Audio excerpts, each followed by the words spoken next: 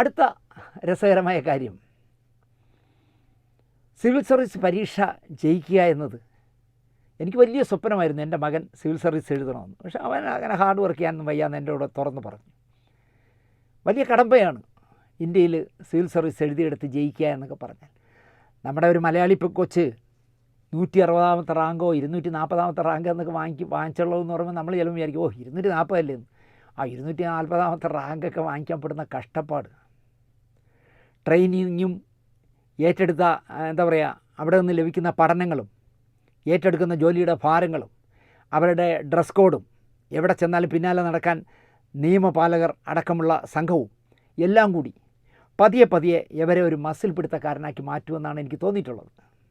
പുതിയ തലമുറയിൽ collector draw ഒക്കെ ഉണ്ടെങ്കിലും ഈ വർഗം ദന്തഗോപുരവാസികളായിരിക്കും എപ്പോഴും. കാരണം അധികാരം മുഴുവൻ അവരെ കയ്യിലല്ലേ. ഒരു മുഖ്യമന്ത്രി അല്ലെങ്കിൽ ഒരു മന്ത്രി ഓർഡർ ഇട്ടാലും നടപ്പിലാക്കണോ വേണ്ടതെന്ന് തീരുമാനിക്കുന്നത് ഈ സിവിൽ സർവീസുകാരാണല്ലോ. അപ്പോൾ ഈ ദന്തഗോപുരവാസികളായി കഴിയുമ്പോഴുള്ള പ്രശ്നം എന്താണെന്ന് ചോദിച്ചാൽ, അധികാരം എൻ്റെ പേനത്തുമ്പിലാണ് എന്ന ധാർഷ്ട്യം പലർക്കും ഉണ്ടാവും. ഞാനൊരു സിവിൽ സർവീസ് ഉദ്യോഗസ്ഥനെ പരിചയപ്പെടുന്നത് അദ്ദേഹം ചീഫ് സെക്രട്ടറി ആയിരിക്കുമ്പോഴാണ്, കെ ജയകുമാർ IAS. ആ പരിചയം ദൃഢമായത് അദ്ദേഹം സംവിധാനം ചെയ്ത വർണ്ണച്ചിറകുകൾ എന്ന കുട്ടികളുടെ സിനിമയിൽ ഞാനായിരുന്നു അസോസിയേറ്റ് ഡയറക്ടർ. എനിക്ക് കിട്ടിയൊരു വലിയ ഭാഗ്യങ്ങളിലൊന്നാണ്. വർഷങ്ങളായി ആ ബന്ധം അനുസ്യൂതം തുടരുന്നു. വർണ്ണച്ചിറകുകൾ കഴിഞ്ഞിട്ട് ഇപ്പോൾ 8-10 വർഷമായെങ്കിലും ഇന്നും ഞാനും ജയകുമാർ സാറുമായിട്ട് നല്ല ബന്ധം. ജീവിതത്തെ IASൻ്റെ ഭാരം കയറ്റാതെ ലളിതമായി ആഡംബരരഹിതനായി തൻ്റെ ശരികളിലൂടെ ഒരു രാഷ്ട്രീയക്കാരൻ്റെയും വക്താവാകാതെ എന്നാൽ വ്യത്യസ്തരായ രാഷ്ട്രീയ നേതാക്കന്മാരുടെ സ്നേഹം ഏറ്റുവാങ്ങി വിവാദ നായകനാകാതെ മീഡിയയിൽ ഇടം പിടിക്കാനുള്ള ഗിമ്മിക്സുകൾ കാണിക്കാതെ സജീവമായി ജീവിക്കുന്ന ജയകുമാർ സാറ് സത്യം പറയുകയാണ്, എനിക്ക് എന്നും ഒരു അത്ഭുതമാണ്. കോടമ്പക്കം കഥകൾ അടക്കം തൻ്റെ സിവിൽ സർവീസ് ജീവിതമടക്കം എന്നോട് രസകരമായി ജയകുമാർ സാറ് പല കഥകളും എന്നോട് പറഞ്ഞിട്ടുണ്ട്. അച്ഛൻ്റെ കോടമ്പക്കം കാലത്ത് കുട്ടിയായിരുന്ന ജയകുമാർ സാറ് വെക്കേഷൻ കാലത്ത് അങ്ങ് മദ്രാസിൽ പോകും. എന്നിട്ട് അച്ഛൻ ഷൂട്ടിങ്ങിന് പോകുമ്പോൾ കൂടെ പോകുമ്പോൾ ഉള്ള രസകരമായ കഥകൾ, കുട്ടിയായതുകൊണ്ട് യവൻ ശ്രദ്ധിക്കില്ല എന്ന് പറഞ്ഞ് കൃഷ്ണൻ നായർ സാർ പറഞ്ഞിട്ടുള്ള കമൻറ്റുകൾ ചിരിച്ചുകൊണ്ട് ജയകുമാർ സാർ എന്നോട് പറഞ്ഞിട്ടുണ്ട്. അപ്പോൾ നടപ്പാക്കാവുന്ന ഒരുപാട് സ്വപ്നങ്ങൾ കൊണ്ട് നടക്കുന്ന മനസ്സാണ് ജയകുമാർ സാറിൻ്റേത്. അതെനിക്ക് പലപ്പോഴും തോന്നിയിട്ടുണ്ട്. ഞാൻ സാറിനോട് പറഞ്ഞു, സാർ ആത്മകഥ എഴുതണ്ട, പക്ഷേ സർവീസ് സ്റ്റോറി എഴുതണം. എന്തിന് ദിനേശേ? സാർ എന്നോട് കുറേ കഥകൾ പറഞ്ഞു. ഒരു പയ്യൻ്റെ കല്യാണത്തിന് 3-4 ദിവസമുള്ളപ്പോൾ അവനെ ഗുണ്ട ആക്ട് പ്രകാരം അയൽപക്കക്കാരൻ തട്ടി അകത്താക്കി. അപ്പോൾ ഗുണ്ട ആക്ട് പ്രകാരം അകത്തായാൽ പുറത്തിറങ്ങാക്കൂല്ല, കാപ്പയല്ലേ. ആ പയ്യന് ജാമ്യം കൊടുത്ത കഥ എന്നോട് പറഞ്ഞിട്ടുണ്ട്. ഒരു ചട്ടമ്പിയായ മനുഷ്യനെ അറസ്റ്റ് ചെയ്തപ്പോൾ അദ്ദേഹത്തിൻ്റെ ഭാര്യയും 2 പെൺമക്കളും കൂടി ജയകുമാർ സാറിനെ കാണാൻ വന്നിട്ട്, സാറ് ഞങ്ങളുടെ അച്ഛനെ ഇറക്കി വിട്ടില്ലെങ്കിൽ ഞങ്ങൾ അങ്ങോട്ട് പോണ വഴിക്ക് നാഗർകോവിലേക്ക് പോകുന്ന ട്രെയിനിൽ ബാലരാമപുരത്ത് നിന്ന് ചാടിച്ചാകും എന്ന് പെൺമക്കൾ പറഞ്ഞതും അതിന് സാറ് ചെയ്ത പരിഹാരവും, ഇങ്ങനെ ഒരുപാട് കഥ എന്നോട് പറഞ്ഞു. ഞാൻ വന്ന് സാറേ ഇതൊക്കെ ഒന്ന് പുസ്തകമാക്കണം, വരും തലമുറയ്ക്ക് ഇത് ആവശ്യമാണെന്നൊക്കെ ഞാൻ പറഞ്ഞു. സിവിൽ സർവീസും ജയകുമാർ സാറും ഇപ്പം ഞാനിവിടെ ഓർത്തത്, സ്വന്തം നിലപാടുകളിലേ ജീവിക്കൂ എന്ന് ശഠിക്കുന്ന, തൻ്റെ ശരികൾ തുറന്നു പറയുന്ന പ്രവർത്തിക്കുന്ന ഒരു സിവിൽ സർവീസ് ഉദ്യോഗസ്ഥയെ ഞങ്ങൾ പറയും അതുപോലെ ജീവിച്ചാൽ മതി, നീ ഒരു പെണ്ണാണ്, അധികം തുള്ളിച്ചാടണ്ട എന്ന് വാണിംഗ് കൊടുക്കുന്നത് പോലെ ഒരു കള്ളിയിൽ ഒരു സിവിൽ സർവീസ് ഉദ്യോഗസ്ഥ ഒരു രാഷ്ട്രീയക്കാരൻ്റെ ഭാര്യ ജീവിച്ചാൽ മതി എന്ന് ശഠിക്കുന്നത് കണ്ടപ്പോൾ എനിക്ക് ജയകുമാർ സാറിനെയാണ് ആദ്യം ഓർമ്മ വന്നത്. കക്ഷിയെ നിങ്ങൾക്ക് മനസ്സിലായി കാണും. ഡോക്ടർ ദിവ്യ എസ് അയ്യർ IAS, കോൺഗ്രസ്സുകാരനായ മന്ത്രിയും സ്പീക്കറുമൊക്കെ ആയിരുന്ന G. കാർത്തികേയൻ്റെ മകൻ ശബരിനാഥ് എന്ന് പറഞ്ഞ മുൻ MLA ഭാര്യയാണ് അവർ. ദിവ്യ എസ് അയ്യർ. ശബരിനാഥ് കോൺഗ്രസിൻ്റെ അച്ഛന് പകരം MLA ആയ ആളാണല്ലോ. പാട്ടും നൃത്തവും അഭിനയവും എഴുത്തും ഒക്കെ ആയിട്ട് അവരെല്ലാം വേണമെങ്കിൽ ഈ പാട്ടിനെയും നൃത്തത്തെയും അഭിനയത്തെയും എഴുത്തിനെയൊക്കെ കൂടപ്പിറപ്പുകളെ പോലെ കൊണ്ടു നടക്കുന്ന ഒരു യുവതി, കാണാനും സുന്ദരി, ഒരു കുഞ്ഞിൻ്റെ അമ്മയാണ്. സിവിൽ സർവീസിൻ്റെ ഭാരമില്ലാതെ പ്ലീസിങ്ങായി എല്ലാവരും നോക്കി ചിരിച്ച് സംസാരിക്കുന്ന, ചിരിച്ചും വർത്തമാനം പറഞ്ഞും തമാശ പറഞ്ഞും പൊട്ടിച്ചിരിച്ചും ഒക്കെ ജീവിക്കുന്ന, എന്നാൽ തൻ്റെ ജോലി കൃത്യമായി ചെയ്തും ജീവിക്കുന്ന ഒരു ഉദ്യോഗസ്ഥ. നിങ്ങൾ ശബരിനാഥിൻ്റെ ഭാര്യയാണെന്നും വി ഡി സതീശൻ പറയുന്ന വിഡ്ഢിത്തരങ്ങൾ നിങ്ങൾ യെസ് പറയണമെന്നും പിണറായി വിജയൻ്റെ ഗുഡ് ബുക്കിൽ നിങ്ങൾ കയറാൻ പാടില്ല എന്നും പിണറായി എന്ന മുഖ്യമന്ത്രിയെ നിങ്ങൾ പുകഴ്ത്തണ്ട എന്നും നിങ്ങൾ മരിച്ചുപോയ കോൺഗ്രസ്സുകാരൻ ജി കാർത്തികേയൻ്റെ മരുമകൾ ആണെന്ന കാര്യം മറക്കണ്ട എന്നും ഒരു കൂട്ടർ പല ടോണിൽ ദിവ്യ എസ് അയ്യരെ ഓർമ്മിപ്പിച്ചുകൊണ്ടേയിരിക്കുന്നു. ദിവ്യ എസ് അയ്യർ സിവിൽ സർവീസ് പാസ്സായ ഡോക്ടറായ പ്രായപൂർത്തിയായ ഒരു സ്ത്രീയാണെന്നോ ഒരു ഭാര്യയും അമ്മയുമാണെന്നോ ഉള്ള ഒരു ചിന്തയുമില്ലാതെ LKGയിൽ പഠിക്കുന്ന ഒരു കുട്ടിയാണ് ദിവ്യ എസ് അയ്യർ IAS എന്ന തലത്തിലാണ് ഉപദേശങ്ങളും അപമാനിക്കലും ഭീഷണിപ്പെടുത്തലും ഒക്കെ നടത്തുന്നത്. അതിൽ ഈ കിങ്ങിണിക്കുട്ടന്മാരും ഈ ഷാജഹാന്മാരുമൊക്കെ അരയും തലയും മുറുക്കിയാണ് ഇറങ്ങിയിരിക്കുന്നത്. അതിൽ കിങ്ങിണിക്കുട്ടൻ്റെ മറുപടി കൃത്യമായിട്ട് ദിവ്യ കൊടുത്തു. ഷാജഹാനെ വകവയ്ക്കാതെ അങ്ങ് തള്ളിയെന്ന് തോന്നുന്നു. സ്ഥലകാല ബോധമില്ലാത്തൊരുത്തനെന്ന് പറഞ്ഞ് കളഞ്ഞെന്ന് തോന്നുന്നു. സർക്കാരിൻ്റെ പെർമിഷൻ വാങ്ങിയാൽ ഇവിടെ ഇപ്പോൾ ഏത് ഉദ്യോഗസ്ഥനും പാടാം, അഭിനയിക്കാം, നോവൽ എഴുതാം. പക്ഷെ പണ്ട് പറ്റില്ലായിരുന്നു. അങ്ങനെ പണ്ട് പറ്റില്ലായിരുന്നതുകൊണ്ടാണ് ONV കുറുപ്പ് സാറ് ബാലമുരളി എന്നുള്ള പേരിലാണ് കുമാരസംഭവത്തിലൊക്കെ പാട്ട് എഴുതിയിരിക്കുന്നത്. ബാലമുരളിയാണ്, ONV അല്ലല്ലോ. ഇന്ന് അങ്ങനെയല്ല. പെർമിഷൻ വാങ്ങിച്ചാൽ ആർക്കും എന്തും ചെയ്യാം, കലാവാസനയുള്ള ആർക്കും എന്തും ചെയ്യാം. പിണറായി സർക്കാരിൻ്റെ 4ാം വാർഷികത്തിന് സർക്കാരിൻ്റെ ഒരു അവതരണ ഗാനം അവർ പാടിക്കളഞ്ഞത്രേ. പാട്ടെഴുതി കൂടെ പാടിയ മുരുകൻ കാട്ടാക്കട ഒരു സർക്കാർ അധ്യാപകനാണെന്ന കാര്യം അറിയാത്തതാണോ, അദ്ദേഹം ഒരു പുരുഷനായതിനാൽ വിട്ടതാണോ ഷാജഹാന്മാർ എന്നെനിക്കറിയില്ല. പരസ്പരം ചിരിക്കണം, വിളക്കുകൾ കൊളുത്തണം, വെറുപ്പുകൾക്കുമേൽ പ്രകാശനാളമാകണം. പരസ്പരം ചിരിക്കണം, വിളക്കുകൾ കൊളുത്തണം, വെറുപ്പുകൾക്കുമേൽ പ്രകാശനാളമാകണം. മുരുകൻ കാട്ടാക്കടയാണ് എഴുതിയത്. പാടിയതും ദിവ്യ എസ് അയ്യരോടൊപ്പം മുരുകൻ കാട്ടാക്കടയാണ്. അദ്ദേഹം ഒരു സർക്കാർ ഉദ്യോഗസ്ഥനാണ്. പക്ഷേ ദിവ്യ എസ് അയ്യർ ഒരു സ്ത്രീ ആയതുകൊണ്ടാണോ IAS ആയതുകൊണ്ടാണോ അവർക്കൊരു കൊമ്പുണ്ടെന്നുള്ള രീതിയിലാണ് ഈ ഷാജഹാനൊക്കെ സംസാരിക്കുന്നത്. രാഷ്ട്രീയക്കാരൻ്റെ മൂട് താങ്ങുന്ന കോടാലിയായ ഒരാളെ ഷാജഹാൻ ഇതുപോലെ കണ്ടിട്ടേയില്ല എന്നാണ് പറയുന്നത്. ഷാജഹാൻ തന്നെ ഇത് പറയണം കേട്ടോ. എന്തിനു പറയുന്നു? സഖാവ് VSൻ്റെ മൂട് താങ്ങി നടന്ന് VSനെയും പിണറായിയെയും ഇന്ത്യ പാകിസ്ഥാൻ ആക്കി മാറ്റിയ മഹാനാണ് ഈ നാറിയ വർത്തമാനം പറയുന്നത്.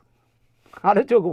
മൂട് താങ്ങി നടന്ന് പാവം VSനെ പറ്റിച്ച് ഒരു കാലത്ത് മുഖത്ത് നോക്കാൻ പറ്റാത്ത രീതിയിൽ പിണറായിയുമായിട്ട് തെറ്റിച്ച് മുഖ്യമന്ത്രിയുടെ ഓഫീസിലിരുന്നുകൊണ്ട് ചെയ്യാൻ പാടില്ലാത്തതൊക്കെ ചെയ്ത ഷാജഹാൻ പറയുകയാണ് പിണറായി വിജയൻ്റെ മൂട് താങ്ങി നടക്കുന്നവളാണ് ദിവ്യ എസ് അയ്യർ. ചെറുപ്പത്തിൽ തന്നെ മൂട് താങ്ങി ശബരിനാഥിന് വിവാഹം കഴിച്ച് പ്രശസ്തയായത്രേ അവർ IAS കളക്ടറായ ശേഷമാണ് ശബരിനാഥിനെ കല്യാണം കഴിച്ചത്. കുടുംബം കലക്കിയാണ് ഈ ഷാജഹാൻ എന്ന് ഞാൻ പറയും. ദിവ്യ എസ് അയ്യരുടെയും കുടുംബത്തെയും കലക്കാൻ പറ്റുമോ എന്നാവും ഇയാളുടെ ചിന്ത. പലതും കലക്കിയിട്ടുണ്ട് ഇയാൾ. അതുകൊണ്ട് ഇനി ഇതിലും കൂടെ ഒന്ന് കലക്കാൻ പറ്റുമെന്നാണ് പുള്ളി നോക്കണേ. വർക്കലയിൽ ഒരു ഭൂമി പതിച്ച് നൽകിയതിൽ ദിവ്യ എസ് അയ്യർക്ക് പിശുക്ക് പറ്റി. അത് കഴിഞ്ഞ ആദ്യത്തെ പിണറായി സർക്കാരിൻ്റെ കാലത്തായിരുന്നു. പിണറായി അത് വലിയ വാർത്തയായി. പിണറായി ആ സർക്കാർ തിരുത്തി. വലിയ വാർത്തയായെങ്കിലും അത് തിരുത്തിയല്ലോ. അന്ന് മുതൽ ഇവർ പിണറായിയുടെ ആളായത്രേ എന്നാണ് ഷാജഹാൻ പറയുന്നത്. അതായത് വഴിവിട്ട് വസ്തു കൊടുത്ത വസ്തുവിൻ്റെ എന്തോ രജിസ്ട്രേഷൻ നടത്തിയതിന് പിടികൂടപ്പെട്ടപ്പോൾ രക്ഷപ്പെടാൻ വേണ്ടി പിണറായിയുടെ ആളായി എന്നാണ് ഇയാൾ പറയുന്നത്, ഈ ഷാജഹാൻ പറയുന്നത്. പബ്ലിസിറ്റി മാനിയുള്ള ആളാണവർ. അതിസുന്ദരി 3 വയസ്സുള്ള കുട്ടിയും കൊണ്ട് പൊതുപരിപാടികൾക്ക് ചെല്ലും. തരം താഴ്ന്ന വനിത, ക്യാമറാമാനെയും കൊണ്ടാണ് നടക്കുന്നത് എന്നൊക്കെ പറഞ്ഞു കുറേ ആരോപണങ്ങൾ ഉന്നയിക്കുന്നു. 3 വയസ്സായ ഒരു കൊച്ചുകുട്ടി അവരൊരു ഫംഗ്ഷന് പോകുമ്പോൾ ആ കുട്ടി കയ്യിലിരുന്ന എന്താ പ്രശ്നം? അവിഹിത സന്തതിയൊന്നും അല്ലല്ലോ. അതിന് അച്ഛനുണ്ട്, അമ്മയുണ്ട്. എന്താ കുഴപ്പം? ഇങ്ങനെയൊക്കെയാണോ ഒരു സ്ത്രീയോട് ഷാജഹാനെ പോലുള്ളവൻ സംസാരിക്കുന്നത്? അയാളുടെ കുട്ടികളെ ചിലപ്പോൾ അയാളെ എടുക്കാൻ സമ്മതിക്കും, പോടാന്ന് പറയുക കുട്ടികൾ. പക്ഷേ എല്ലാ അച്ഛനമ്മമാരെയും കുട്ടികൾ അങ്ങനെയല്ലല്ലോ കാണുന്നത്. പിണറായിയെ പുകഴ്ത്തി വിഴിഞ്ഞം പോർട്ടിൻ്റെ ചുമതല പിണറായി കൊടുത്തെന്ന് അങ്ങനെ പുകഴ്ത്തിയുണ്ട്. പിന്നെ പൊക്കി വിട്ടാൽ പൊങ്ങുന്ന ആളല്ലേ പിണറായി. നമുക്ക് ആരോടെങ്കിലും ഒരു വിരോധമുണ്ടെങ്കിൽ അതിനെന്തിനാണ് ഈ പാവം ഈ സിവിൽ സർവീസ് ഉദ്യോഗസ്ഥയെ കൂടെ അതിൽ കൂട്ടിക്കെട്ടുന്നതെന്ന് എനിക്ക് മനസ്സിലാവുന്നില്ല. പിണറായി അയാൾക്ക് ഇഷ്ടമല്ല, കാരണം അയാളാണല്ലോ ഞാൻ നേരത്തെ പറഞ്ഞ പോലെ VS ഒരു പരിവാക്കി കൊടുത്തത്. സദ്ഗുണസമ്പന്നൻ കെ രാധാകൃഷ്ണനെ ആശ്ലേഷിച്ചു കളഞ്ഞു എത്രയെന്നാണ് ഇയാൾ പറയുന്നത്. നമ്മുടെ മുൻ മന്ത്രിയായിരുന്ന കെ രാധാകൃഷ്ണനെ, അല്ലെങ്കിൽ മുൻ സ്പീക്കറായിരുന്ന രാധാകൃഷ്ണൻ മന്ത്രിസ്ഥാനം ഒഴിഞ്ഞല്ലോ പാർലമെൻറ്റിലേക്ക് മത്സരിക്കാൻ. ആ യാത്രയപ്പ് വേദിയിൽ ഒരു ജ്യേഷ്ഠനെ പോലെ ഒരു അച്ഛനെ പോലെ തോന്നിയതുകൊണ്ടായിരിക്കാം ദിവ്യ അദ്ദേഹത്തെ കെട്ടിപ്പിടിച്ചു. രാധാകൃഷ്ണനെ ഇനി ഷാജഹാനല്ല, ഷാജഹാൻ്റെ ഉപ്പാപ്പ വിചാരിച്ചാൽ പോലും അയാളൊരു മോശം കാമപ്രാന്തെന്ന് പറയാൻ ഒക്കില്ലല്ലോ. അതുകൊണ്ട് രാധാകൃഷ്ണനെ അങ്ങ് വിട്ടു. സദ്ഗുണ സമ്പന്നനാണത്രയെന്ന്. രാധാകൃഷ്ണനെയൊക്കെ പറയാൻ ഷാജഹാൻ്റെ വാപ്പയുടെ വാപ്പ ഒന്നുകൂടെ ജനിക്കണം. ഇങ്ങനെയൊക്കെ പറഞ്ഞിട്ട് ഇയാളെ പേരിൽ പോക്സോ കേസ് എടുക്കുന്നില്ലല്ലോ എന്നാണ് ഞാൻ ആലോചിക്കുന്നത്. നമ്മളെന്തെങ്കിലും വാ തുറന്നാൽ പോക്സോ കേസാണ് എടുക്കുന്നത്. IASകാർ കെട്ടിപ്പിടിക്കില്ല എന്നാണ് ഇയാൾ പറയുന്നത്. ഈ IASകാർക്ക് കെട്ടിപ്പിടിക്കാൻ പാടില്ല എന്ന് അവരുടെ ഗൈഡ് ലൈനിലുണ്ടോ എന്ന് എനിക്കറിയില്ല. ആളുകൾക്ക് അത് ബുദ്ധിമുട്ടായി ചെറ്റത്തരം കാണിക്കുന്നു. മുഖ്യമന്ത്രിയുടെ പ്രൈവറ്റ് സെക്രട്ടറിയെ പുകഴ്ത്തി വലിയ മഹാനായി തരംതാണ വനിത പോസ്റ്റിട്ടു. അതായത് ഈ തരംതാണ വനിത പോസ്റ്റിട്ടു എന്നാണ് പറയുന്നത്. മുഖ്യമന്ത്രിയുടെ ഓഫീസിൽ രാകേഷ് ഉണ്ടായിരുന്നു, പഴയ MP. രാകേഷിനെ ആ പോസ്റ്റ് രാജിവെപ്പിച്ചിട്ട് കണ്ണൂരിലെ പാർട്ടി സെക്രട്ടറിയാക്കി. അപ്പോൾ രാകേഷ് ഇരുന്ന 4 വർഷക്കാലം പോർട്ടിൻ്റെ അടക്കം, സാംസ്കാരിക വകുപ്പിൻ്റെ അടക്കം, അല്ലെങ്കിൽ മുഖ്യമന്ത്രിയുടെ വകുപ്പുകളിൽ വർക്ക് ചെയ്തിരുന്ന ഒരു സിവിൽ സർവീസ് ഉദ്യോഗസ്ഥ എന്നുള്ള നിലയ്ക്ക് അവർ കാണാൻ ചെല്ലുമ്പോഴൊക്കെ രാകേഷിൽ നിന്ന് നല്ല അനുഭവങ്ങളുണ്ടായപ്പോൾ അയാൾ അത് വിട്ടു പോകുന്നു, രാജിവെച്ച് പോകുന്നു എന്ന് കണ്ടപ്പോൾ അയാളെക്കുറിച്ചൊരു നല്ല കമൻ്റ് ഇട്ടത് ഷാജഹാൻ ഇഷ്ടപ്പെട്ടില്ല. ഇവൻ ആരാ രാകേഷ് എന്നാണ് ചോദിക്കുന്നത്. സുധാകരൻ രാകേഷിനെ തോൽപ്പിച്ചില്ലേ എന്നാണ് ചോദിക്കുന്നത്. PA ദിവ്യ S അയ്യർ മുറി കയറ്റില്ല, പിന്നെ റീൽസ് എടുക്കും എന്നൊക്കെയാണ് ഷാജഹാൻ പറയുന്ന പരാതികൾ. അല്ല അഴിമതിക്കാരി, വഞ്ചകി എന്നൊന്നും പറയുന്നില്ല. ഞാൻ ചോദിക്കുന്നത്, സുധാകരൻ രാകേഷിനെ തോൽപ്പിച്ചു എന്ന് പറഞ്ഞാൽ ഇവിടെ ഇന്ദിരാഗാന്ധി അടക്കം ആരെല്ലാം തോറ്റിരിക്കുന്നു, ആരോടെല്ലാം അല്ലേ? ഇയാൾ പറയുന്നത് കേട്ടാൽ തോന്നും ഈ രാകേഷ് എന്ന് പറഞ്ഞാൽ എല്ലായിടത്തും ജയിക്കേണ്ടവനാണ്, അയാളെ സുധാകരൻ തോൽപ്പിച്ചില്ലേ എന്നാണ് ചോദിക്കുന്നത്. BJPക്കാരനായ TP ശ്രീനിവാസനെ ഒരു മെൻറ്ററായി ദിവ്യ S അയ്യർ കാണുന്നു എന്നാണ് ഇയാൾ പറയുന്നത്. ശബരിനാഥ് കോൺഗ്രസ്സിൽ, മെൻറ്ററായ ശ്രീനിവാസൻ, TP ശ്രീനിവാസൻ സാറ് BJPയിൽ, ഇവരാണെങ്കിൽ CPM എന്നാണ് ഇയാൾ പറയുന്നത്. Divya S Iyer party membership എടുത്തത് ഷാജഹാൻ്റെ തെളിവുണ്ടോ? ഒരാളിനെ ആക്ഷേപിക്കാൻ വേണ്ടി എന്തെല്ലാം പറയുന്ന ആലോചിച്ച് നോക്കൂ. ഭർത്താവ് കോൺഗ്രസ്സിൽ, മെൻറ്റർ TP ശ്രീനിവാസ സാറിനെന്നും പറയാനുള്ള ഒരു യോഗ്യതയും ഈ ജന്മൻ ഷാജഹാൻ ഇല്ല. ഷാജഹാനെ, കാർത്തികേയനെ, ശബരിയെ, കോൺഗ്രസ്സിനെ ഒക്കെ നാണം കെടുത്തുന്നു.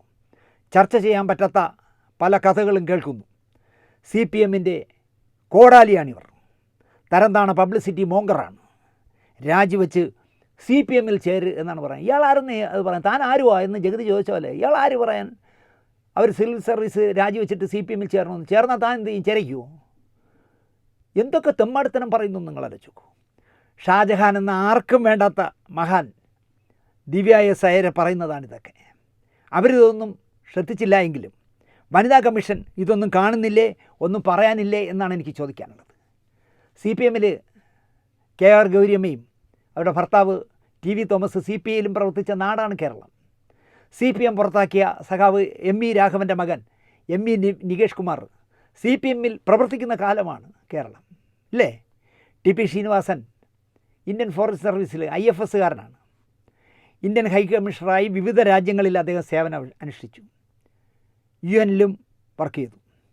അദ്ദേഹം വാർദ്ധക്യകാലത്ത് BJPയിൽ ചേർന്നാൽ ദിവ്യ S അയ്യർക്ക് അദ്ദേഹത്തെ മെൻറ്ററായി കണ്ടുകൂടെ എന്നാണ് എനിക്ക് ചോദിക്കാനുള്ളത്. ഭർത്താവ് കോൺഗ്രസിൻ്റെ മുൻ MLA ആയാൽ ഭാര്യയ്ക്ക് വേറൊരു പാർട്ടി ചിന്തിച്ചുകൂടെ എന്നാണ് എനിക്ക് ചോദിക്കാനുള്ളത്. ദിവ്യ S അയ്യർ CPM കാര്യമൊന്നും അല്ല, ഇയാൾ കള്ളം പറയുന്നതാണ് ഈ ഷാജഹാൻ. മുഖ്യമന്ത്രിയുടെ വിശ്വസ്തനായ ഓഫീസിലെ ഒരു സ്റ്റാഫ് അവിടെ വിടുമ്പോൾ തന്നോട് കാണിച്ച സൗമനസ്യത്തെപ്പറ്റി അനുഭവസ്ഥയായ ദിവ്യ S അയ്യർ ഒരാളിന് പറയാൻ പാടില്ല, അയാൾ മാന്യനായിരുന്നു, അയാൾ എന്നോട് നന്നായിട്ട് സഹകരിച്ച ആളെന്ന് പറയാൻ പാടില്ല എന്ന് ഷാജഹാൻ എന്ന വെറുപ്പിക്കലിൻ്റെ വക്താവിന് പറയാൻ എന്താണ് അവകാശം? രോഗിയായ എൻ്റെ അപ്പനോട് സംസ്ഥാന മുഖ്യമന്ത്രി പിണറായി സഖാവ് കാണിച്ച അനുഭവം ഞാൻ നന്ദിയോടെ ഓർക്കുമെന്ന് ഉമ്മൻചാണ്ടിയെ അടക്കുന്നതിൻ്റെ അന്ന് ആ പള്ളിയിൽ വെച്ചുള്ള പ്രസംഗത്തിൽ ചാണ്ടി ഉമ്മൻ പറഞ്ഞു. അങ്ങനെ ചാണ്ടി ഉമ്മൻ പറഞ്ഞാൽ ഷാജഹാൻ പറയുമോ ചാണ്ടി ഉമ്മൻ CPM ആണെന്ന്? ഒരിക്കലും. പെരുന്നയിൽ ചെന്ന് ഞാൻ പോപ്പെന്ന് പറയുന്ന NSSൻ്റെ ജനറൽ സെക്രട്ടറി സുകുമാരൻ നായരുണ്ടല്ലോ, അദ്ദേഹത്തെ കാണാൻ ക്യൂ നിൽക്കാത്ത കേരളത്തിലെ ചുരുക്കം നേതാക്കന്മാരിൽ ഒരാളാണല്ലോ പിണറായി വിജയൻ. അദ്ദേഹം സുകുമാരൻ നായർക്ക് ഒരു ആക്സിഡൻറ്റ് പറ്റി ആശുപത്രിയിൽ കിടക്കുന്നു എന്നറിഞ്ഞ് കാണാൻ ചെന്നു. ഇതിനെപ്പറ്റി ഷാജഹാനെ പോലുള്ളവൻ പറയേണ്ടത് സുകുമാരൻ നായർ CPMലേക്ക് അല്ലെങ്കിൽ പിണറായി വിജയൻ NSSൻ്റെ അടുത്ത ജനറൽ സെക്രട്ടറി എന്ന വകതിരിവില്ലാത്ത വർത്തമാനം ഷാജഹാൻ പറയുമോ? പിണറായി പോയി കണ്ടല്ലോ. സുകുമാരൻ നായർ ആശുപത്രിയിൽ ചെന്ന് കണ്ടു, കുശലങ്ങളൊക്കെ ചോദിച്ചു, ആരോഗ്യസ്ഥിതിയൊക്കെ ചോദിച്ചിട്ട് പോയി. അതുപോലെ തന്നെ നമ്മളെ ഈ PT തോമസിൻ്റെ ഭാര്യ ഉമ ആക്സിഡൻറ്റ് പറ്റി സ്റ്റേഡിയത്തിൽ നിന്ന് വീണ് കിടന്നപ്പോൾ അവരെ കാണാൻ മുഖ്യമന്ത്രി പോയി. ഇതൊക്കെ ഒരു മനുഷ്യരോട് കാണിക്കുന്ന നല്ല സ്വഭാവമല്ലേ? ഷാജഹാനെ പോലെ എല്ലാവരെയും വർഗ്ഗശത്രുവായിട്ടല്ല കാണുന്നത്. ദിവ്യ എസ് അയ്യരെ പറ്റി ചർച്ച ചെയ്യാൻ പറ്റാത്ത കഥകൾ കേൾക്കുന്നു എന്ന് ഒരു ചെറ്റ പറഞ്ഞാൽ ഞാനാണെങ്കിൽ വീട് അന്വേഷിച്ച് പോയി ചവിട്ടിക്കൂട്ടും. ദിവ്യ ഒരു പെൺകുട്ടി ആയതുകൊണ്ടും ദിവ്യ ഒരു സിവിൽ സർവീസുകാരി ആയതുകൊണ്ടും യവനെപ്പോലുള്ള ഫ്രോഡുകളെ നമ്മൾ മൈൻഡ് ചെയ്യേണ്ടെന്ന് വിചാരിച്ചായിരിക്കും അദ്ദേഹം വിട്ടത്. CPMനെയും കോൺഗ്രസിനെയും BJPയെയും അരിഞ്ഞു വീഴ്ത്താൻ കഴിഞ്ഞ പാർലമെൻറ്റ് തിരഞ്ഞെടുപ്പിൽ ആലപ്പുഴ പാർലമെൻറ്റിൽ മത്സരിച്ച് നോട്ട 7365 വോട്ട് നേടിയപ്പോൾ 682 വോട്ട് വാങ്ങി ജനപ്രിയനായ ആളാണ് ഈ ഷാജഹാൻ. അയാളാണ് ദിവ്യ എസ് അയ്യരെ മര്യാദ പഠിപ്പിക്കാൻ നടക്കുന്നത്. അടുത്ത കഥ പറയണോ വേണ്ടേ എന്ന് നോക്കുമ്പോൾ എനിക്കിങ്ങനെ പോസ്റ്റുകൾ ഇങ്ങനെ ഇട്ട് തരുമല്ലോ, നമ്മൾ കാണാതിരിക്കുന്ന സാധനങ്ങൾ ഇങ്ങനെ നമുക്ക് വന്ന് കുമിയും. അങ്ങനെ ഒരു റീല് കുറേ പേര് എനിക്ക് അയച്ചിട്ട് ചേട്ടാ ഈ കിളവിക്കെതിരെ ഒന്ന് പ്രതികരിക്കണേ എന്ന് പറഞ്ഞതുകൊണ്ട് സഹികെട്ട് ഞാൻ പറയുകയാണ്. ഞാനൊരു സംവിധായകനായല്ലോ വലയം എന്ന് പറഞ്ഞ സീരിയലിലൂടെ. അലി അക്ബർ ദൂരദർശന് വേണ്ടി പൈലറ്റ് എടുത്തു വച്ചിരുന്ന പരമ്പരയെ സുകുമാരൻ ഷാർജ 25 ലക്ഷം രൂപ എന്നെ വിശ്വസിച്ച് മുടക്കിയപ്പോൾ ഞാൻ സംവിധായകനായി. ആ പൈലറ്റിൽ അഭിനയിച്ചിരുന്ന ആൾക്കാരെയൊക്കെ ഞാൻ ഒഴിവാക്കി. എന്നിട്ട് നല്ല ആർട്ടിസ്റ്റുകളെ വെച്ച് ഞാൻ വീണ്ടും ഒന്നേന്ന് റീഷൂട്ട് ചെയ്തു. അപ്പോൾ പ്രധാന വേഷക്കാരായി ശിവജി ചേട്ടനെയും പൃഥ്വിരാജിൻ്റെ അമ്മയില്ലേ അല്ലെങ്കിൽ സുകുമാരൻ്റെ ഭാര്യയില്ലേ മല്ലിക, അവരെയും വച്ചു. 300 എപ്പിസോഡ് നന്നായിട്ട് ഞാൻ ചെയ്യുകയും ചെയ്തു. ആ സീരിയലിൽ അഭിനയിച്ച മുഴുവൻ ആർട്ടിസ്റ്റുകളും എന്നോട് നന്നായിട്ട് സഹകരിക്കുകയും ചെയ്തു. ഒരാൾ പോലും എന്നോട് ഇച്ചുപോ എന്നൊരു വാക്ക് പറഞ്ഞിട്ടില്ല. ഈ മല്ലിക നട്ടാക്കുരുക്കാത്ത നുണയും നട്ടാക്കുരുക്കാത്ത കള്ളങ്ങളും പറയുന്നൊരു സ്ത്രീയാണ്, പൊങ്ങച്ചം പറയുന്നൊരു സ്ത്രീയാണ്. അങ്ങനെ പൊങ്ങച്ചം പറഞ്ഞാണെന്ന് എനിക്കറിഞ്ഞൂടാ എന്നെ പൊക്കാനായിട്ട്. അവർ ഗുരുവായൂരിൽ തൊഴാൻ പോയി. എൻ്റെ പറഞ്ഞത് എൻ്റെ പൊന്നു സാറേ എനിക്ക് തൊഴാൻ പറ്റിയില്ല, കാരണം ആരാധകരായ സ്ത്രീകളൊന്ന് വളഞ്ഞിട്ട് ഇതുപോലൊരു മോളെ എനിക്ക് കിട്ടിയില്ലല്ലോ എന്ന് ഒരുപാട് അമ്മമാർ പറഞ്ഞു. ഇതുപോലൊരു അമ്മായിയെ ഞങ്ങൾക്ക് കിട്ടിയില്ലല്ലോ എന്നൊക്കെ പറഞ്ഞ് സാറേ എന്നെ സ്നേഹം കൊണ്ട് പൊതിഞ്ഞു എന്ന് സെറ്റിലെല്ലാവരും കേൾക്കെ എന്നോട് ഒന്ന് പറഞ്ഞിട്ടുണ്ട്. അതുപോലെ തന്നെ ലീഡർ K കരുണാകരൻ്റെ വീട്ടിലായിരുന്നു സ്ഥിരം പോറുന്നത് ഈ സ്ത്രീ. ആ സമയത്ത് ഒരു ദിവസം കരുണാകരനെ കാണുമ്പോൾ അദ്ദേഹം പറഞ്ഞു എന്ന്, മല്ലിക നീ അഭിനയിക്കുന്ന ആ വലയം എന്ന് പറഞ്ഞ സീരിയൽ കാരണം എൻ്റെ ഉച്ചയ്ക്ക് ആഹാരം കഴിഞ്ഞ ശേഷമുള്ള ഉറക്കം നഷ്ടപ്പെട്ടു, കാരണം നിൻ്റെ സീരിയൽ കാണാൻ വേണ്ടി ഞാൻ ഉറങ്ങാതിരിക്കും എന്ന് പറഞ്ഞു എന്ന് എന്നോടൊന്ന് പറഞ്ഞു. ഞാൻ അക്കാലത്ത് ആരൊക്കെയോ എൻ്റെ അഭിമുഖമൊക്കെ എടുത്തപ്പോൾ ഞാൻ പറഞ്ഞു എനിക്കൊരു സംസ്ഥാന അവാർഡ് കിട്ടുന്നതിനേക്കാളും വലുതാണ് കേരളത്തിൻ്റെ ലീഡർ എന്നെല്ലാവരും വിളിക്കുന്ന K കരുണാകരൻ വലയം കാണാൻ വേണ്ടി ഉറങ്ങാതിരിക്കുന്നു എന്ന് പറയുമ്പോൾ എനിക്കത് അഭിമാനമാണെന്ന് ഞാൻ വന്ന് പറയുകയും ചെയ്തു. ചിലപ്പോൾ ഇന്നും വലിയ മാറ്റി പറയും, കാരണം അയ്യേ വലയോ പൊട്ടിപ്പൊളിഞ്ഞ ഒരു പന്ന സീരിയലല്ലേ എന്ന് വേണമെങ്കിൽ ഇപ്പോൾ പറയും, കാരണം അവർ തരം കണ്ടതുപോലെ സംസാരിക്കുന്നൊരു സ്ത്രീയാണ്. അതുപോലെ തന്നെ എൻ്റെ സെറ്റിലൊരു പ്രശ്നമുണ്ടായി, ഒരു പോയി തിരിച്ചു വന്ന് കോംപ്രമൈസായി ഞാനങ്ങ് സറണ്ടറായി പോട്ടെ എന്ന് പറഞ്ഞ് വിട്ടു. അതിൻ്റെ സ്നേഹം സഹിക്ക് വയ്യാതെ എനിക്ക് സുകുമാരേട്ടൻ വായിച്ച നിധി പോലെ സൂക്ഷിച്ചിരുന്ന ഒരു വണ്ടി നിറച്ചുള്ള പുസ്തകം ഫ്രീ ആയിട്ട് തന്ന സ്ത്രീയുമാണ്. ഞാനിതൊക്കെ ഒരുപാട് എപ്പിസോഡിൽ പറഞ്ഞതാണ്. ഇതിനിടയിലാണ് ഞാനും ഒരു ഉടക്ക് വന്നത്. ഉടക്കം നിസ്സാരമായ പ്രശ്നമായിരുന്നു. എൻ്റെ സീരിയലിൽ അഭിനയിച്ചുകൊണ്ടിരിക്കുമ്പോൾ KK രാജുവിൻ്റെ പൊരുത്തം എന്ന് പറഞ്ഞൊരു സീരിയലിൽ അവർ അഭിനയിക്കുന്നുണ്ട്. എൻ്റെ സീരിയൽ ആക്കുളത്തും പൊരുത്തം കൊടപ്പനക്കുന്നിലുമാണ്, ഒരുപാട് ദൂരമുണ്ടല്ലോ. നാളെ ദേവന് പോകണം. ദേവന് 11 മണിക്ക് എന്തോ ഫ്ലൈറ്റാണ്. രാവിലെ പോയി ഒരു സീൻ എടുത്തിട്ട് സാറേ ഇവിടെ ബ്രേക്ക് ചെയ്യുന്ന സമയത്ത് രാവിലെ കാപ്പി കുടിക്കാനായി ബ്രേക്ക് ചെയ്യുമ്പോൾ 9 മണിക്ക് ഞാൻ എത്തിക്കോളാം പൊയ്ക്കോട്ടെ എന്ന് കേട്ടു. ഞാൻ നാളെ ഷൂട്ട് ചെയ്യാനുള്ള സീനുകളൊക്കെ എടുത്ത് നോക്കിയിട്ട് ഞാൻ അങ്ങനെ ഒരാൾ വേറൊരിടത്ത് പോയി വർക്ക് ചെയ്യാൻ സമ്മതിക്കാത്ത ആളൊന്നുമല്ല. ഞാൻ ആ സീനുകളൊക്കെ എടുത്ത് നോക്കിയിട്ട് ഞാൻ നോക്കിയപ്പോൾ ഒരു മണിക്ക് വന്നാൽ മതി, ഉച്ചയ്ക്ക് വന്നാൽ മതി. അപ്പോൾ 2 ശമ്പളവും കിട്ടും. അവിടെ ഒരു ശമ്പളം, ഇവിടെ ഒരു ശമ്പളം. ഞാൻ പറഞ്ഞു, ചേച്ചി ഒരു കാര്യം ചെയ്യും, ഞാൻ അന്ന് അവരെ സ്നേഹത്തോടെ ചേച്ചി എന്നാണ് വിളിച്ചിരുന്നത്, ഇനി അങ്ങനെ വിളിക്കില്ല, കാരണം അത്ര നന്ദി കെട്ട ഒരു സ്ത്രീയാണ്. അപ്പോൾ ഞാൻ പറഞ്ഞു, ചേച്ചി പോയിട്ട് ഉച്ചയ്ക്ക് ഊണ് കഴിക്കാൻ നേരത്തെ ഇവിടെ വന്നാൽ മതി. ഇനി അവർ മാറ്റി പറയുമെന്ന് എനിക്കുണ്ട്, പക്ഷേ ദേവൻ ജീവിച്ചിരിപ്പുണ്ടല്ലോ. പൊരുത്തം ഷൂട്ടിംഗ് ആ കുളത്ത് താഴെ ഒരു വീട്ടിൽ നടക്കുമ്പോൾ ഉച്ചയാകുമ്പോൾ ഇവിടെ വർക്കില്ല എങ്കിൽ പോലും അവിടെ വർക്ക് ചെയ്തുകൊണ്ടിരിക്കുന്ന മല്ലികയും ദേവനും അവിടുന്ന് എൻ്റെ സെറ്റിൽ ഒന്ന് ഊണ് കഴിക്കുമായിരുന്നു. സാറേ അവിടെ വായിൽ വയ്ക്കാൻ കൊള്ളാത്ത ഫുഡ് സാറേ. ഞാൻ പറയാനെന്താ ഇവിടെ കഴിക്കാമെന്ന്, ഇവിടെ നിന്ന് കഴിക്കുമായിരുന്നു. അത്രയും നല്ല ബന്ധമായിരുന്നു എന്നെ. അങ്ങനെ നാളെ ഉച്ചയ്ക്ക് വന്നാൽ മതി എന്ന് പറഞ്ഞ് ഞാൻ ചേച്ചിയെ വിട്ടു. രാവിലെ ഞങ്ങൾ ആ കുളത്ത് ഷൂട്ടിങ് തുടങ്ങി. അപ്പോൾ ഒരു സീൻ എടുത്തിട്ട് 9 മണിക്ക് വരാമെന്ന് പറഞ്ഞ സ്ത്രീയാണേ. 9 10 11 12 ഇവരെ കാണാനില്ല. അങ്ങനെ പ്രൊഡക്ഷൻ എക്സിക്യൂട്ടീവ് ഫോൺ വിളിച്ചിട്ട് എടുക്കുന്നില്ല. അയാൾ കൊടപ്പനക്കുന്നിൽ ലൊക്കേഷനിൽ ചെന്നു. അവിടെ നിന്നുകൊണ്ട് എന്നെ വിളിച്ചിട്ട് പറഞ്ഞു, സാറേ നമ്മുടെ സെറ്റിൽ അഭിനയിക്കുന്നു എന്നുള്ള ഒരു പരിചയം പോലും അവർ കാണിക്കുന്നില്ല, അവരവിടെ കിടന്ന് ആർത്തട്ടഹസിച്ച് ഷൂട്ട് ചെയ്യണം. ഞങ്ങളുടെ കൂടെ ആര്? കൂടെ ദേവൻ. അപ്പോൾ അയാൾ രാവിലെ പോയില്ലേ എന്നിട്ട് ഇവർ കള്ളം പറഞ്ഞതാണ്, ഒരു സീനേ ഉള്ളതെന്ന്. ഞാൻ പറഞ്ഞൊരു കാര്യം ചെയ്യും, ഈ ഫോൺ കൊണ്ടുവന്ന് അവർക്ക് കൊടുത്തു. ഫോൺ അവർക്ക് കൊടുത്തു.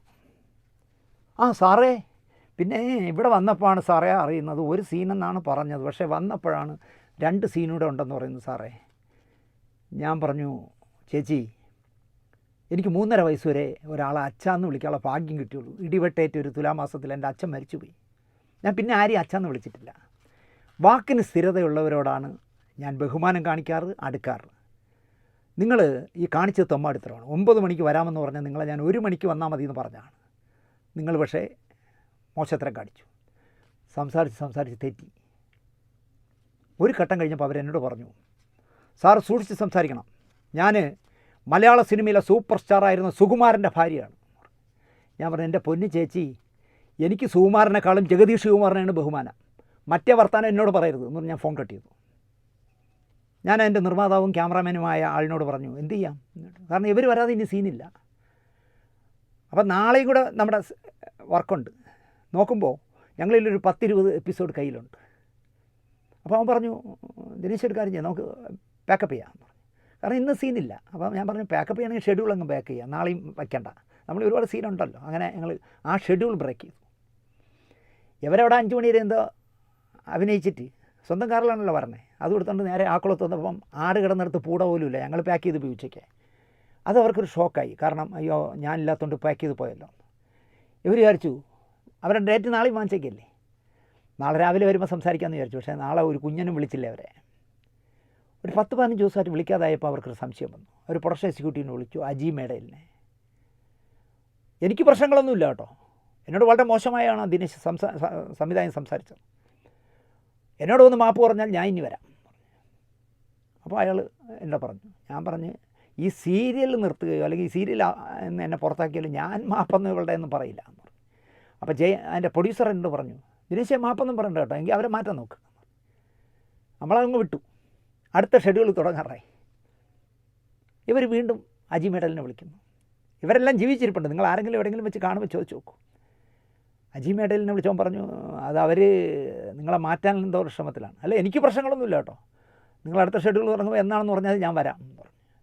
അപ്പോൾ എന്നെ വിളിച്ചപ്പോൾ ഞാൻ പറഞ്ഞു, നമ്മൾ വാശിയൊന്നും പിടിക്കണ്ട, അവരെ വരട്ടെ, ഈ ക്യാരക്ടറിന് അവരാണ് കറക്റ്റ് എന്ന് പറഞ്ഞ് അവർ ഷൂട്ടിംഗ് സ്ഥലത്തേക്ക് വന്നു. ഇവർ വരുമ്പോൾ ഞാൻ സത്യനന്ദിക്കാടിൻ്റെ ഒരു പുസ്തകം വായിച്ചുകൊണ്ടിരിക്കുകയായിരുന്നു. ഇവർ വന്ന് മേക്കപ്പ് ഇടാൻ ഏതാണ്ട് 1 മണിക്കൂറോടെ എടുക്കും.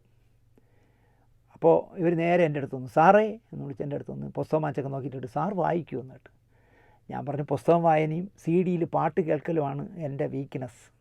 സാറേ, സുഖേട്ടൻ്റെ പരന്ന വായന അറിയാമല്ലോ. എൻ്റെ വീട്ടിൽ അന്ന് വാടക വീട്ടിലാണ് താമസിക്കുന്നത്, അന്ന് കോടിശ്ശേരി ഒന്നും അല്ലല്ലോ. വീട് മാറുമ്പോൾ ഏറ്റവും വലിയ പ്രശ്നം ഈ പുസ്തകങ്ങൾ ചുമക്കലാണ് സാറേ. പിള്ളേർ 2 പുസ്തകം കൈകൊണ്ട് തൊടില്ല, അവർക്ക് ഇതൊന്നും ആവശ്യമില്ല. ഞാനാണെങ്കിൽ ഇതെല്ലാം 3-4 ആവർത്തി വായിച്ചു.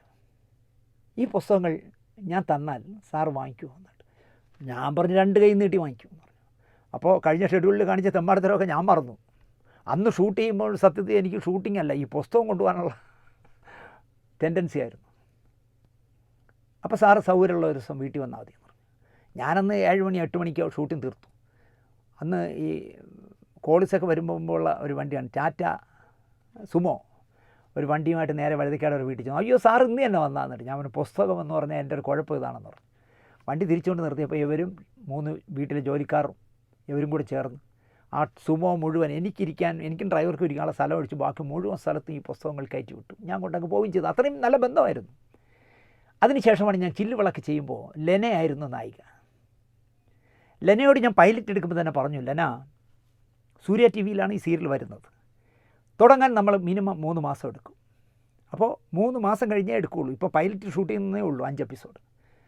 3 മാസത്തിനിടയിൽ വർക്കുണ്ടാവില്ല, എല്ലാം പറഞ്ഞിരുന്നു. അങ്ങനെ 3 മാസം കഴിഞ്ഞ് സൂര്യ ടി വിയിൽ ഡേറ്റ് എല്ലാം ആയി ഷൂട്ടിംഗ് തുടങ്ങാൻ എല്ലാം പ്ലാൻ ചെയ്തു വന്നപ്പോൾ സൂര്യ ടി വിയിൽ എഗ്രിമെൻറ്റ് വെച്ചാണ് രസം. നമ്മുടെ ഈ തുടരും എന്ന് പറഞ്ഞ സിനിമയുടെ പ്രൊഡ്യൂസറായ രഞ്ജിത്താണ് അത് സഹായിച്ചത്.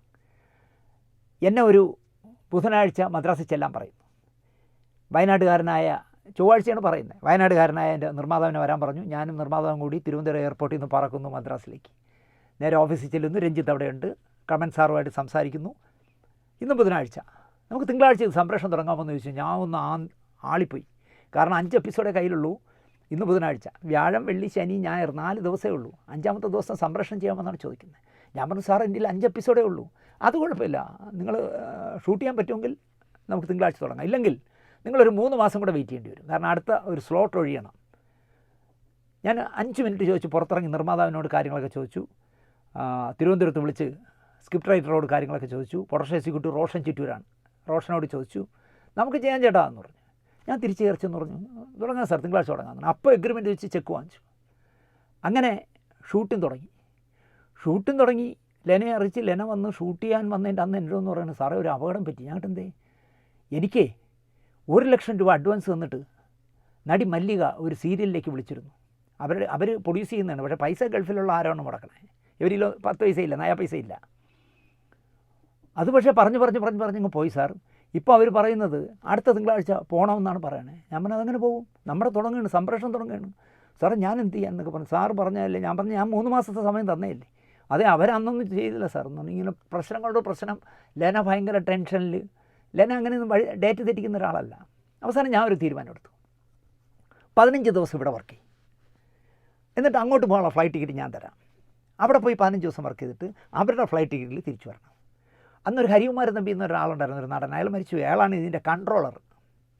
ഞാൻ അയാളെ വിളിച്ചപ്പം അയാൾ ഗൾഫിലാണ്.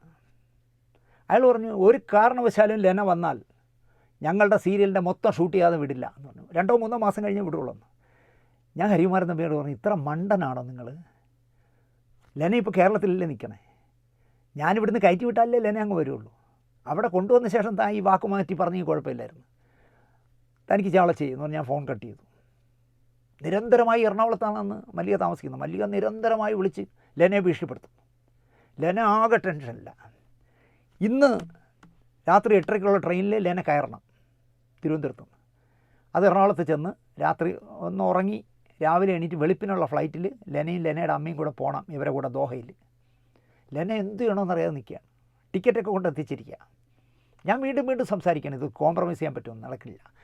അങ്ങനെ രാത്രിയായപ്പോൾ മല്ലിക വിളിച്ച് ലെനയെ ഒരു വിരട്ടി.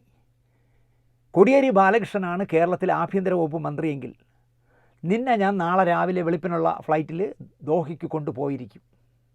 ലെന വരണ്ടു. ലെന കേരളത്തിൽ ജീവിച്ചിരിപ്പുണ്ടല്ലോ, നിങ്ങൾ എവിടെയെങ്കിലും വെച്ച് കാണുമ്പോൾ ചോദിക്കൂ. ലെന എൻ്റെ അടുത്ത് നിന്ന് പറഞ്ഞു, സാറേ എന്നെ കോടിയേരി ബാലകൃഷ്ണൻ എന്ന് പറഞ്ഞാൽ ആഭ്യന്തര വകുപ്പ് മന്ത്രിയെ കൊണ്ട് പൊക്കിക്കുമെന്നാണ് പറയണേ. ഞാൻ പറഞ്ഞു, പിന്നെ 17 വയസ്സിൽ പാർട്ടി മെമ്പർഷിപ്പ് കിട്ടിയ ഒരാളാണ് ഞാൻ. കോടിയേരി ബാലകൃഷ്ണന് സിനിമാ നടികളെ പൊക്കി ഫ്ലൈറ്റ് ടിക്കറ്റ് വിടലാണോ ജോലി? അദ്ദേഹം ആഭ്യന്തര വകുപ്പ് മന്ത്രിയല്ലേ. ഇത് ആ സ്ത്രീ പുളുപടിക്കുന്നത്, നിന്നെ വരട്ടണമാണ്, നീ ധൈര്യമായിട്ടിരിക്കുന്നു പറഞ്ഞു. അങ്ങനെ ഞങ്ങൾ ആക്കുളത്ത് കരിക്ക് ഷൂട്ടിംഗ് നടന്നുകൊണ്ടിരിക്കുമ്പോൾ 8:30-ക്കുള്ള ട്രെയിൻ ഇങ്ങനെ പോകുന്നു. ലെന കരയണോ വേണ്ടതെന്ന് പറഞ്ഞ് നിൽക്കുക. അവന് ലെന നീ പോകാനുള്ള ട്രെയിൻ അതാ പോകണമെന്ന്, ടിക്കറ്റ് കയ്യിരിക്കുക. ഞാനൊരു കാര്യം തീരുമാനിച്ചു, അന്ന് ഷൂട്ടിംഗ് ബ്രേക്ക് ചെയ്യാൻ തീരുമാനിച്ചു. എന്നിട്ട് ലെന അന്ന് ബാംഗ്ലൂരിലാണ് താമസിക്കുന്നത്. ലെനയെ ബാംഗ്ലൂരിലേക്ക് അയക്കാൻ തീരുമാനിച്ചു. തിരുവനന്തപുരത്ത് സെക്രട്ടേറിയറ്റിന് എതിർവശത്തുള്ള പങ്കജ് ഹോട്ടലിലാണ് ലെന താമസിക്കുന്നത്. എൻ്റെ മനസ്സ് പറഞ്ഞു, നമ്മളിങ്ങനെയൊക്കെ പറഞ്ഞുവെങ്കിൽ പോലും മല്ലികയെ പോലെ ആളുകളെ സുഖിപ്പിച്ച് കാര്യങ്ങൾ സാധിക്കാൻ അറിയാവുന്ന ഒരു സ്ത്രീ ചെന്ന് അല്ലെങ്കിൽ വിളിച്ച് കോടിയേരിയോട് പറഞ്ഞാൽ വല്ല പോലീസുകാരും വന്ന് ലെനയെ വിരട്ടി ട്രെയിനിൽ കയറ്റി വിട്ടാലോ അല്ലെങ്കിൽ കാറിൽ കയറ്റി വിട്ടാലോ എന്ന് എനിക്കൊരു സംശയം. ഞാൻ ഷൂട്ടിംഗ് കഴിഞ്ഞ ഉടൻ ലെനയെ അവിടെ പങ്കജിൽ താമസിക്കാൻ സമ്മതിച്ചില്ല. ഞങ്ങളുടെ മറ്റ് ആർട്ടിസ്റ്റുകൾക്ക് വേണ്ടി എടുത്തൊരു ഗസ്റ്റ് ഹൗസ് ഉണ്ടായിരുന്നു. അവിടെ കൊണ്ടുവന്ന് ലെനയെ താമസിപ്പിച്ചു. നേരം വെളുത്തപ്പോൾ ലെനയെ ഫ്ലൈറ്റിൽ കയറ്റി ബാംഗ്ലൂരിലേക്ക് അയച്ചു. ഈ സമയം വരെയും ആ 1 ലക്ഷം രൂപ അഡ്വാൻസ് എടുത്തത് ലെന തിരിച്ചു കൊടുത്തിട്ടില്ല. ഇപ്പോഴും ഞാൻ ലെനയെ കാണുമ്പോൾ പറയും അതിൽ 50,000 രൂപ എനിക്ക് അവകാശപ്പെട്ടാണ്. ഇതിൻ്റെയൊക്കെ ഒരു ചൊരുക്ക് മല്ലികയ്ക്ക് ഉണ്ടാവാം. അപ്പോൾ എന്ത് പറ്റിയെന്ന് കേട്ടാൽ, ഈ അടുത്ത കാലത്ത് മല്ലിക ഏതോ ഒരു ചാനലിന് കൊടുത്തതിൽ പറയുകയാണ്, ശാന്തിവിള ദിനേശ് ബംഗ്ലാവിൽ അവതാന്ന് പറഞ്ഞ ഒരു പൊട്ടിപ്പൊളിഞ്ഞ പടം എടുത്തവൻ അവരാക്കുകയാണ് മിമിക്രി. ഒന്നുമില്ലെങ്കിൽ ഇവരെ വെച്ച് 300 എപ്പിസോഡ് ഏതാണ്ട് 2 വർഷത്തിലധികം കാലം ചെയ്യുകയും റേറ്റിങ്ങിൽ 1ാം സ്ഥാനത്ത് വന്ന സീരിയൽ ചെയ്തൊരു സംവിധായകനാണ് ഞാൻ മല്ലിക ചേച്ചി എന്നല്ലാതെ വിളിച്ചിട്ടില്ല. ഈ സ്ത്രീ ക്യാമറയുടെ ഫ്രണ്ടിൽ ഇരുന്ന് പറഞ്ഞു ഞാൻ പൊളിഞ്ഞ പടം എടുത്ത ഞാന്ന്. എൻ്റെ പടം പൊളിഞ്ഞു എന്ന് ഞാൻ തന്നെ ആദ്യം പറഞ്ഞ ആളല്ലേ. എന്നിട്ടും അവരിങ്ങനെ എന്നെപ്പറ്റി അനാവശ്യം പറഞ്ഞുകൊണ്ടേയിരിക്കുന്നു. ഇതാണ് ഇപ്പോൾ പോകുന്ന ഒരു റീല്. ഇപ്പോൾ അവർ 2 താരങ്ങളുടെ അമ്മയാണ്. ജാട വരാം അവർക്ക്, അത് വരുന്നതിൽ കുഴപ്പമില്ല എന്ന് ഞാൻ പറയും. അവരുടെ ഇപ്പോഴത്തെ ദേഷ്യം എന്താണെന്ന് ചോദിച്ചാൽ, സുരേഷ് കുമാറിനെതിരെ അല്ലെങ്കിൽ എമ്പുരാൻ സിനിമയ്ക്കെതിരെ സുരേഷ് കുമാർ സംസാരിച്ചതിൻ്റെ വച്ചിട്ട് ആന്റണി പെരുമ്പാവൂർ ഒരു പ്രസ്താവന ഇറക്കുകയും ആ പ്രസ്താവനയുടെ താഴെ വന്ന് പൃഥ്വിരാജ് ഓക്കെ അല്ല അണ്ണാ എന്ന് പറഞ്ഞൊരു കമൻ്റ് ഇട്ടല്ലോ. ആ കമൻറ്റിനെ കുറിച്ച് പൃഥ്വിരാജ് ചെയ്തത് വളരെ മോശമായിപ്പോയി. നീ ജനിക്ക് മുമ്പേ സിനിമ എടുത്തവനാണ് സുരേഷ് എന്നൊക്കെ പറഞ്ഞ 1, 2, 3, 4 എപ്പിസോഡുകളിൽ പറഞ്ഞല്ലോ. അതിൻ്റെ ചുരുക്ക് തീർക്കുകയാണ് അവർ. എനിക്ക് പൃഥ്വിരാജിനെ ഇഷ്ടമാണ്. കാരണം സുകുമാരനെ പോലെ നിലപാടുള്ള ഒരുത്തനാണ്, അല്ല തള്ളയെ പോലെ അല്ല, നിലപാടുള്ള ഒരു ചെറുപ്പക്കാരനാണ്. എൻ്റെ ഫോണിൽ ഞാൻ സത്യം പറഞ്ഞാൽ തുറക്കാൻ നിർത്തിയില്ല. ഒരു 100 പേരെങ്കിലും ഈ ക്ലിപ്പിങ്സ് അയച്ചു തന്നിരിക്കുക. അത് എന്ന് പറയുന്നത് അയച്ചു തന്നിരിക്കുന്നു. അതിൻ്റെ താഴെ എഴുതിയിരിക്കുന്നത്, സാറേ ഈ കിളവിക്ക് നല്ല മറുപടി പറയണം എന്ന് പറഞ്ഞു. ഞാൻ പറയില്ല എന്നാണ് അവർക്ക് മറുപടി അയച്ചത്.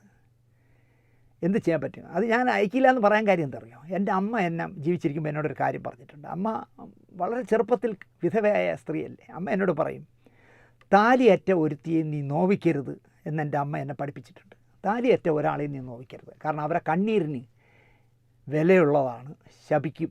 പക്ഷേ ഈ സ്ത്രീ ശപിച്ചാലൊന്നും എനിക്ക് മൈൻഡില്ല. കാരണം സ്വന്തം ഭർത്താവുള്ളപ്പോൾ വേറെ ആളുടെ പോയ ആളല്ലേ. അപ്പോൾ എന്ത് താലി പോട്ടെ. ഞാനൊരു സിനിമയെ സംവിധാനം ചെയ്തിട്ടുള്ളൂ.